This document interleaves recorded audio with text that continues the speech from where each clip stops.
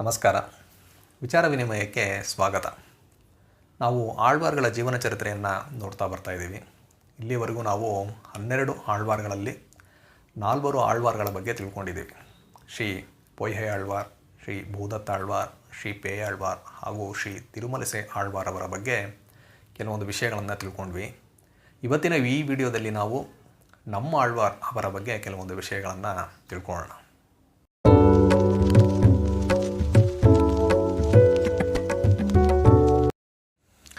8ನೇ ಶತಮಾನ, ಭಾರತದ ದಕ್ಷಿಣದಲ್ಲಿರುವ ಪಾಂಡ್ಯ ದೇಶ. ಇಲ್ಲಿ ತಾಮಿರಬರಣಿ ಅಂತ ಒಂದು ನದಿ.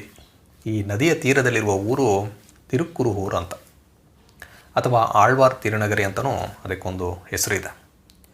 ಈಗಿನ ತಮಿಳುನಾಡಿನ ತೂತುಕುಡಿ ಜಿಲ್ಲೆಯಲ್ಲಿದೆ. ಈ ತಿರುಕ್ಕುರುಹೂರಿನಲ್ಲಿ ಪೊರ್ಕಾರಿಯರ್ ಅಂತ ಒಬ್ಬರು ರೈತರು, ಅವರು ವಿಷ್ಣುವಿನ ಭಕ್ತರು. ತಮ್ಮನ್ನು ಅವರು ವಿಷ್ಣುವಿನ ಸೇವೆಯಲ್ಲಿ ತೊಡಗಿಸ್ಕೊಂಡಿರ್ತಾರೆ. ದೇವರ ಸೇವೆಯಲ್ಲಿ ಅವರು ತಮ್ಮನ್ನು ತೊಡಗಿಸ್ಕೊಂಡಿರ್ತಾರೆ.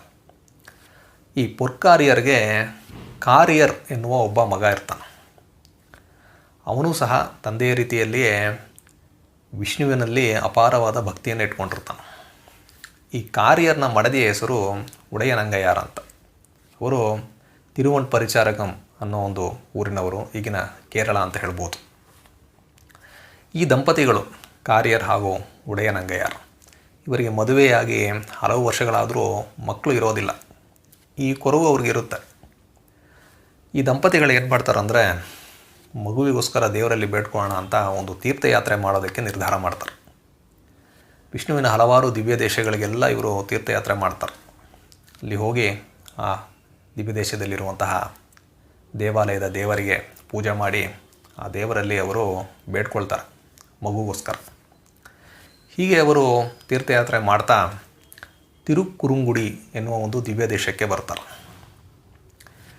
ಈ ತಿರುಕ್ಕುರುಂಗುಡಿ ದಿವ್ಯ ದೇಶದಲ್ಲಿರುವ ಒಂದು ದೇವಸ್ಥಾನ, ಆ ವಿಷ್ಣುವಿನ ದೇವಾಲಯದಲ್ಲಿ ಇರುವಂತಹ ವಿಷ್ಣುವಿನ ಹೆಸರು ವೈಷ್ಣವನಂಬಿ ಅಂತ, ಲಕ್ಷ್ಮಿಯ ಹೆಸರು ತಿರುಕ್ಕುರುಂಗುಡಿ ವಳ್ಳಿ ನಾಚಿಯಾರ್ ಅಂತ.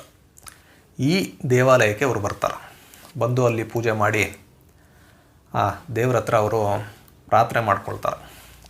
ನೀನಾದರೂ ನಮಗೆ ಸ್ವಲ್ಪ ದಯೆ ತೋರಿಸು, ನಮಗೆ ಒಂದು ಪುತ್ರ ಸಂತಾನವನ್ನು ಕರುಣಿಸುವಂಥ ದೇವರಲ್ಲಿ ಅವರು ಬೇಡ್ಕೊಳ್ತಾರೆ.